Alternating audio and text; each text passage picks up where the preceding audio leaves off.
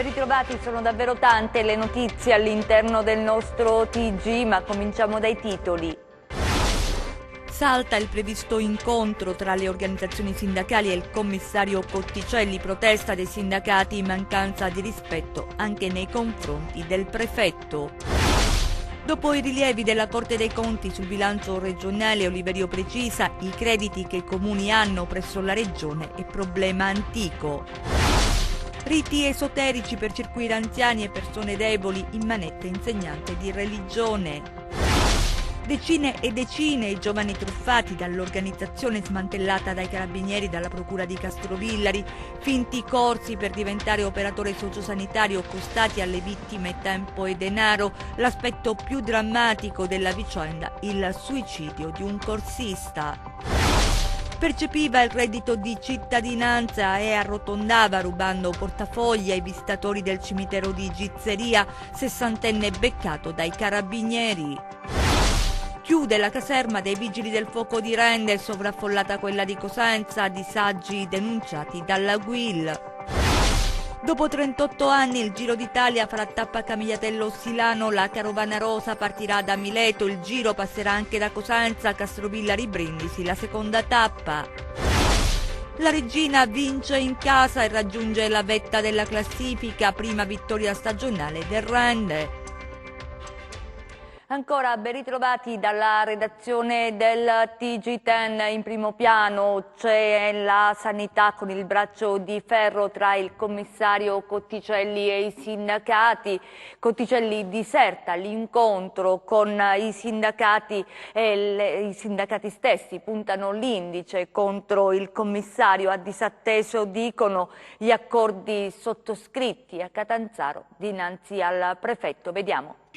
Cotticelli snobba i sindacati e disattende gli accordi sottoscritti a Catanzaro davanti il prefetto, venendo meno agli impegni assunti. Gravissimo quanto accaduto oggi, il rinvio sine die da parte della struttura commissariale del commissario al piano di rientro con noi, che oggi era in programma un primo tavolo tecnico sulla questione del personale. Il commissario si era impegnato a presentare anche il piano operativo 2019-2021 a noi per discuterlo, un fatto inaccettabile, anche perché l'impegno il commissario l'aveva assunto dinanzi al prefetto, quindi oltre alla sostanza c'è proprio uno sgarbo istituzionale. Ma per passare all'operatività, cioè nel senso, questo tavolo doveva servire a fare un quadro su quella che è la questione del personale, perché noi consideriamo che sia la priorità da affrontare in Calabria. Bisogna dare risposta al precariato, bisogna parlare sulla questione dell'internalizzazione di alcuni lavoratori, così come bisogna anche garantire ai lavoratori, personale della sanità, infermieristico e medico a tempo indeterminato, la possibilità di sgravarsi del carico di lavoro che in questi mesi, in questi anni sono stati costretti ad assorbire per mancanza di personale. È chiaro, se non si risolve questo aspetto è il cane che si morde la coda, perché i reparti sono costretti a essere chiusi, i pronto soccorso intasati, mobilità extraregionale che cresce, quindi il tema della sanità prioritario è quello del personale. Oggi c'era questo primo incontro che è saltato, così come oggi doveva essere presentato a noi, al sindacato, su impegno che il commissario aveva preso con il prefetto di Catanzaro, il piano operativo 2019-2021. Su questo la struttura commissariale è inadempiente, lo dice il tavolo a Duce, siamo molto preoccupati e pertanto abbiamo messo in campo una nota nei confronti del commissario, ma stiamo valutando cosa fare nelle prossime ore, perché è inaccettabile certamente che su un tema così delicato e complesso come quello della sanità non ci siano ancora risposte. E la sanità è uno dei capitoli di bilancio della Regione su cui ha posto dei rilievi la Corte dei Conti, e proprio dopo i rilievi sui conti, il bilancio del regionale, Oliverio precisa i crediti che i comuni hanno presso la Regione è un problema antico. Vediamo. I livelli essenziali di assistenza garantiti solo in 9 regioni, la Calabria non è tra queste, anzi la Calabria, in quanto a trasparenza sulle liste d'attesa, non fornisce alcuna informazione. I dati di cittadinanza attiva resi noti oggi a Roma, la sanità tallone d'Achille nel bilancio regionale, i rilievi della Corte dei Conti sul miliardo di debiti verso i fornitori e ancora la difficoltà dei comuni di pagare i debiti verso la regione, come spiega il presidente Oliverio. Il fatto che la Corte abbia parificato il bilancio della Regione è un motivo di soddisfazione. Sono stati fatti anche rilievi relativamente al recupero di crediti verso i comuni, relativamente al pagamento dell'acqua per il periodo 1981-2004, ci stiamo parlando dell'altro secolo, che imporrà alla Regione di attivare tutte le iniziative perché i comuni intanto riconoscano il debito, iscrivendo nel bilancio le somme conseguenti e assumendo strumenti per il saldo di questo debito. Noi abbiamo prospettato alla Corte attraverso un atto di indirizzo che abbiamo fatto la necessità di consentire ai comuni un rientro governato di questo debito per evitare il crollo. La sfida ora è approvare il documento contabile a 2 mesi dalla competizione elettorale, probabilmente si voterà entro fine gennaio 2020, ma sul bilancio come se ne esce? A leggerla c'è da mettere le mani nei capelli, sono denunciati vizi estremi, c'è quella criticità del rapporto tra i crediti commerciali tra comuni e regione, la regione sa quanto accredita dei comuni, i comuni non sanno quanto devono alla regione, chissà quanti saranno i debiti di bilancio da dover riconoscere nel futuro. Quando alla sanità il dramma è l'incertezza. L'ente regione cosa deve fare? L'esito del giudizio è quello che la giunta regionale dovrà predisporre immediatamente un DDL che deve approvare al Consiglio regionale e quindi contenente la manovra di assestamento del bilancio che è funzionale a ricostituire di 94 milioni il fondo di crediti di dubbia esigibilità. Il problema è dove troverà la regione i 94 milioni? La cronaca ci porta a Reggio Calabria con una brutta storia. La Guardia di Finanza ha arrestato un insegnante di religione e riti esoterici pensate per circuire anziani e persone deboli. Vediamo. In questa casa di Messina, tra rifiuti di ogni genere e cianfrusaglie, vivevano 2 persone, un'anziana donna messinese e un 43enne reggino con problemi psichici. Lei immobile in un letto, l'uomo impaurito perché convinto di essere ricercato dalle forze dell'ordine. Ma qua non ci sono i riscaldamenti?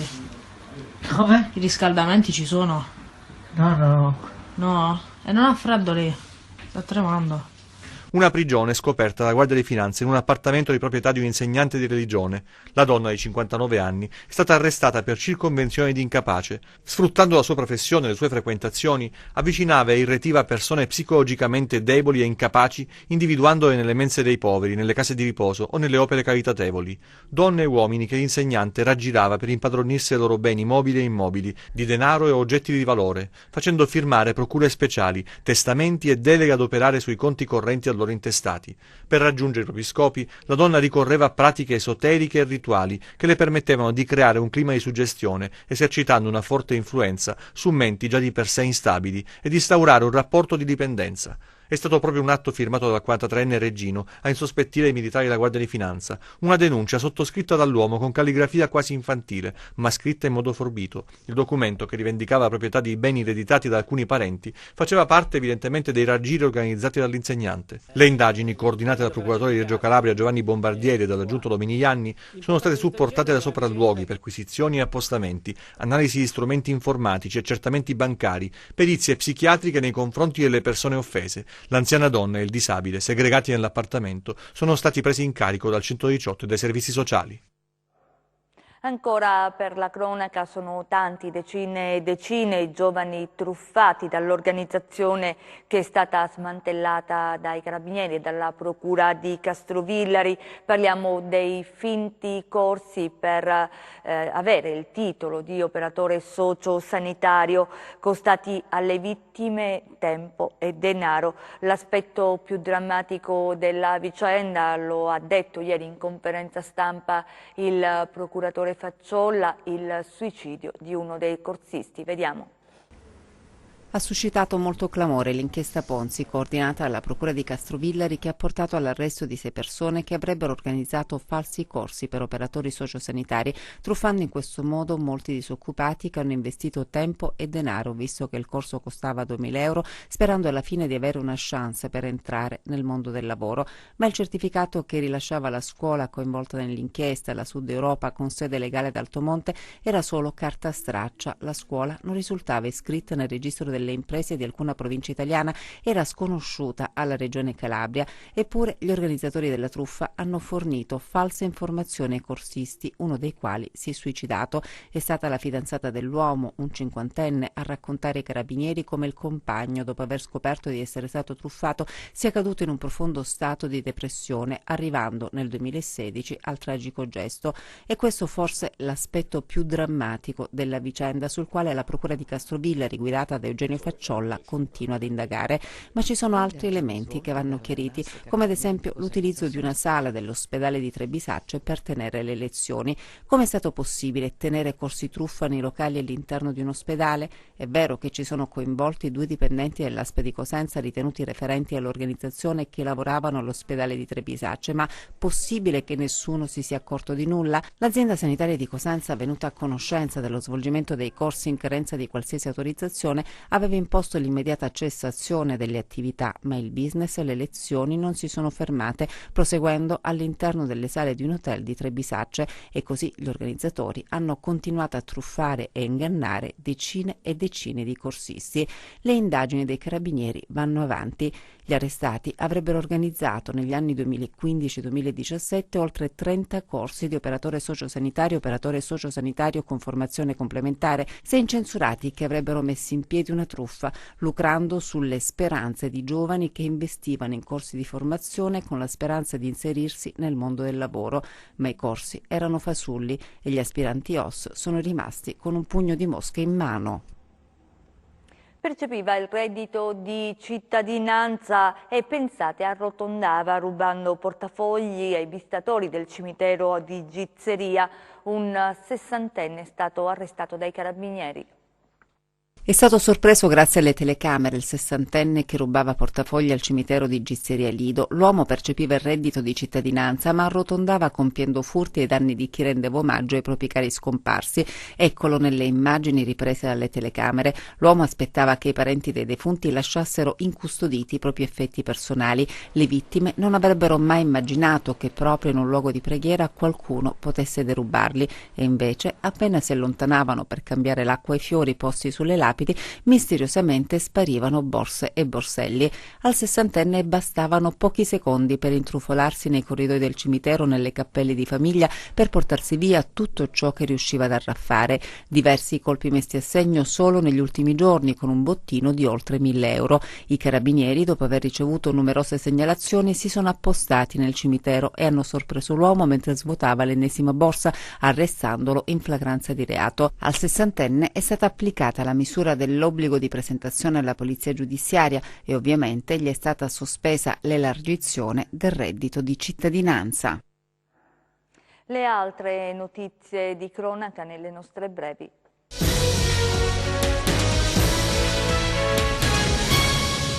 Scossa di terremoto alle 13.58, avvertita nell'area urbana cosentina, intensità magnitudo 2.1. L'epicentro arrende con profondità di 10 km. La scossa, avvertita distintamente, non ha causato danni a cose o persone.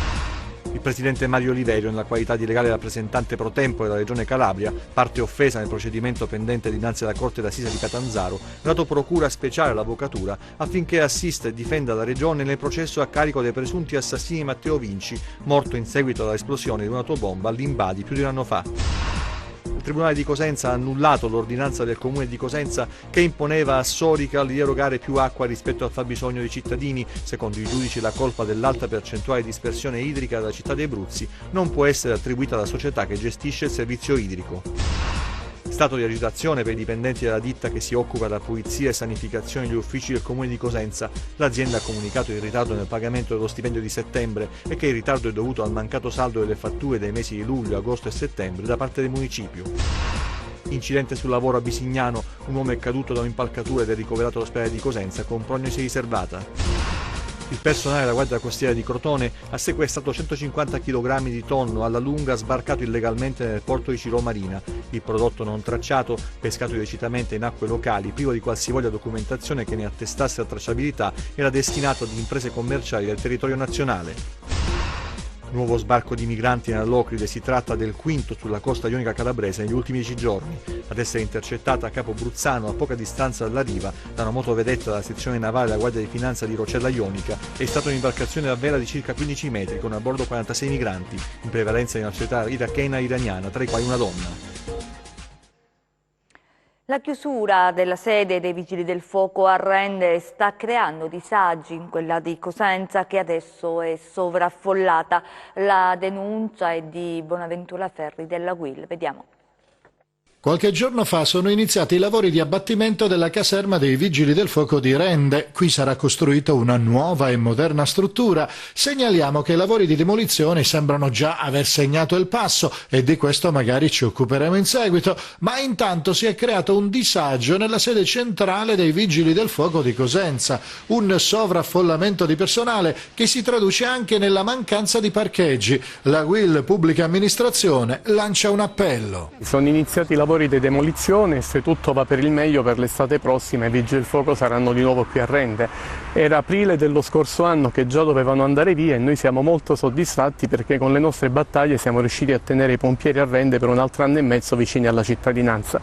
Era un anno e mezzo fa quando abbiamo fatto una riunione qui alla quale è intervenuto il sindaco Manni e alcuni consiglieri comunali e lì abbiamo ottenuto la permanenza dei pompieri fino praticamente a fine settembre di quest'anno. Ora il problema che si è creato è un altro, perché i 30 vigili del fuoco sono stati trasferiti nella sede centrale di Cosenza, il comando si è dato da fare per sistemarli al meglio, ma c'è un problema che non riusciamo a risolvere perché c'è una crisi totale di parcheggi. Con 30 pompieri in più i parcheggi interni non sono sufficienti.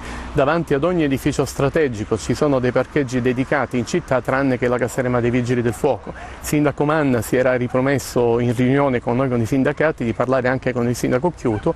Abbiamo scritto al sindaco Chiuto chiedendo una soluzione al problema anche temporanea fino alla prossima estate e siamo in attesa di risposta. È un problema che si può risolvere, chiediamo l'interessamento del sindaco Manna e del sindaco Chiuto affinché si possa avere una soluzione a questo problema per i pompieri.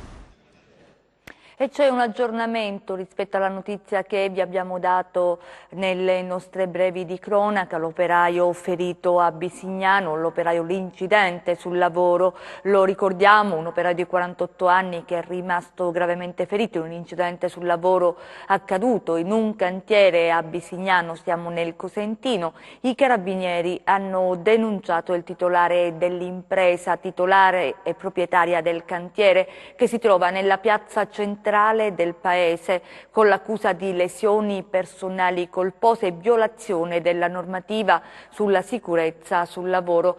L'operaio ferito è precipitato da un muro ed è finito rovinosamente a terra. Dalle indagini è emerso che lavorava in nero e percepiva il reddito di cittadinanza. I carabinieri, insieme agli ispettori del lavoro che sono intervenuti, hanno riscontrato una serie di irregolarità sul lavoro nel cantiere in materia di sicurezza, irregolarità sia quindi in materia di sicurezza sia amministrative. Oltre a quello rimasto ferito è stato ricoverato con prognosi riservata anche un altro operaio che lavorava in nero. L'operaio rimasto ferito nell'incidente non è in pericolo di vita, tra l'altro sono in corso anche indagini sul capotecnico del comune committente dei lavori. Adesso c'è una notizia di tutt'altro tenore, una bella notizia per la Calabria. Dopo 38 anni il Giro d'Italia farà tappa a Camigliatello Silano. Ve avevamo anticipato questa notizia sabato scorso nel corso dei nostri TG. La carovana rosa partirà da Mileto, il Giro passerà anche da Cosenza, Castrovillari, Brindisi, la seconda tappa. Chiaramente il tutto è riferito alla nostra regione. Vediamo. Poi Calabria, altra tappa senza pianura, partenza da Mileto. Il Giro d'Italia in Calabria, come anticipato nei nostri TG sabato scorso, la carovana rosa farà tappa a Camigliatello Silano venerdì 15 maggio 2020. Per essere precisi sarà la settima tappa, quella che partirà da Mileto fino alla cittadina silana. L'ottava partirà da Castrovillari con arrivo a Brindisi. Sono trascorsi 38 anni dall'ultima volta che Camigliatello Silano ha ospitato il Giro d'Italia. Era il 25 maggio del 1982. Allora gli atleti arrivarono da Palmi. Trionfatore fu Francesco Mosser. Il percorso 2020 sono 103 edizioni, presentato nel pomeriggio nella sede RAI di via Macerata a Roma. Si partirà da Budapest sabato 9 maggio, si chiuderà a Milano il 31 maggio. A Camigliatello Silano prevista, come dicevamo, l'arrivo della settima tappa. I ciclisti da Mileto giungeranno in Sila dal versante crotonese dopo aver attraversato il Vibonese, poi 22 chilometri fino a Montescuro. La carovana rosa passerà da Cosenza, inizierà la salita passando da Magli e Spezzano della Sila, una festa dello sport che attraversa l'Italia, vetrina nazionale per Sila e Pollino e per le straordinarie bellezze della nostra regione. Lo sport, la Serie C, la Regina vince in casa e raggiunge la vetta della classifica, prima vittoria stagionale per il Rende. Vediamo. 4 gol al Picerno e la Regina vola in testa alla classifica. La squadra di Mimmo Toscano conquista la terza vittoria di fila nel Fortino del Granillo e l'11° risultato utile consecutivo. In pratica è la formazione imbattuta del girone e si gode il primato e 25 punti in classifica. Dopo un inizio in sordina con i lucani, bravi a sbloccare il risultato con questa rete di Sant'Aniello, gli Amaranto rischiano di ricapitolare, ma prima dello scadere di tempo pareggiano i conti con Denis, che si sblocca e segna la sua prima rete stagionale dando il via alla rimonta. Poco dopo infatti è l'incornata di Rolando a portare in vantaggio i padroni di casa. Dopo il riposo, rincuorati dal risultato, Corazza e i compagni giocano un'altra partita più propositiva ed è proprio il bomber Amaranto, capocannoniere del campionato, a mettere al sicuro il risultato realizzando la terza rete, la nona in 11 gare. Il Picerno è alle corde e fatica a trovare il bandolo della matassa. La Regina ne approfitta e va in gol per la quarta volta con Denis, che firma la sua prima doppietta stagionale. Gli Amaranto, dunque trascinati dal tanche, volano in classifica e si godono la festa fino al prossimo impegno in trasferta ad Avellino. Gioca bene il Catanzaro al San Nicola contro il Bari, ma alla fine torna a casa con una manciata di mosche. Troppo pochi giorni per preparare la sfida per il nuovo tecnico Grassadonia, che ha diretto il primo allenamento lunedì pomeriggio e ieri sera è sceso in campo contro la corazzata a Bari. Una rete per tempo per la formazione di Vivarini, che sblocca il risultato con Aguà e poi nel secondo parziale blinda la gara con Antenucci. Botto e risposta nel match fra Paganese e Vibonese. La squadra di Modica passa in vantaggio con Emma Usso e illude i calabresi, che nella ripresa subiscono la rimonta della formazione di Erra, che prima pareggia i conti con Panariello e poi segna il 2-1 con Schiavino. La Paganese commette però un'ingenuità nei minuti finali. Con questo fallo in aria su Ciotti, sul dischetto si presenta Allegretti, che non sbaglia e regala un punto ai rossoblù. Ma i titoli di giornata sono tutti per il Rende, che finalmente conquista il primo successo stagionale. La doppietta di Scimia, tutta nel primo tempo, regala i 3 punti a Razza contro la Sicula Leonci, diminuisce il distacco dal penultimo posto. Adesso ancora per lo sport i prossimi impegni delle calabresi di Serie B.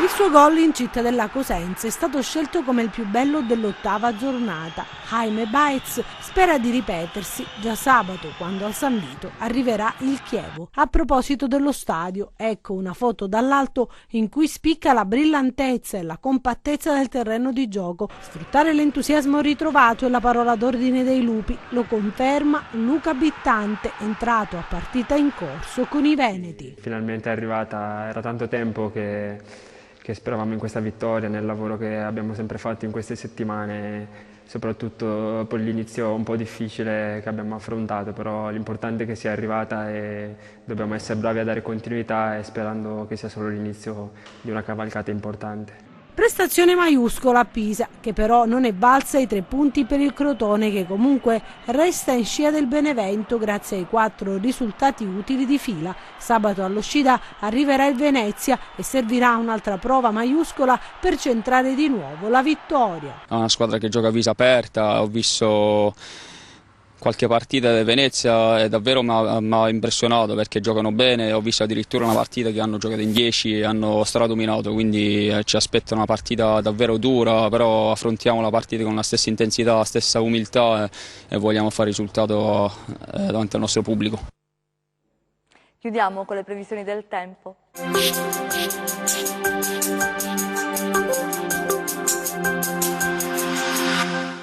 Dopo oltre 2 settimane di tempo stabile e clima molto mite, arriva la svolta perturbata per la Calabria. La goccia fredda attiva da diversi giorni ormai tra penisola iberica e Mediterraneo occidentale traslerà tra la giornata di giovedì e quella di venerdì tra la Sicilia e la Calabria. Avremo maltempo diffuso tra Reggino e Vibonese da venerdì, con manifestazioni temporalesche particolarmente intense, specie sui versanti ionici. Domani nuvoloso o molto nuvoloso su tutta la regione, con temporali anche intensi su Reggino e Vibonese. Particolare attenzione ai versanti ionici che potrebbero ricevere ingenti quantitativi di acqua piovana in pochissimo tempo. Su Catanzarese peggiorerà da metà giornata, così come sul Cosentino Tirrenico, con piogge moderate, localmente anche a carattere di rovescio temporalesco. In serata le precipitazioni potrebbero raggiungere anche il Crotonese e l'Alto Ionio Cosentino. Sulle rimanenti aree possibilità di piogge tra deboli e moderate. Qualche schiarità in più sulle zone ioniche del Cosentino. Temperature in diminuzione, specie nei valori massimi. Domani venti da scirocco ovunque, moderati sul Tirreno e Basso Ionio e traforti sul Golfo di Sante Eufemie e settore Cosentino Tirrenico con mare mosso. Molto mosso il settore ionico Reggino. Ventilazione debole sul settore ionico Cosentino e Alto Crotonese con mare poco mosso. Per ulteriori approfondimenti vi rimando al sito www.meteoincalabria.com e alla nostra pagina Facebook Meteo in Calabria. È tutto, ci fermiamo qui, grazie per essere stati con noi, grazie a regia, a Michele Cava, immessi in onda a Giuseppe Costanzo, noi vi auguriamo un buon proseguimento.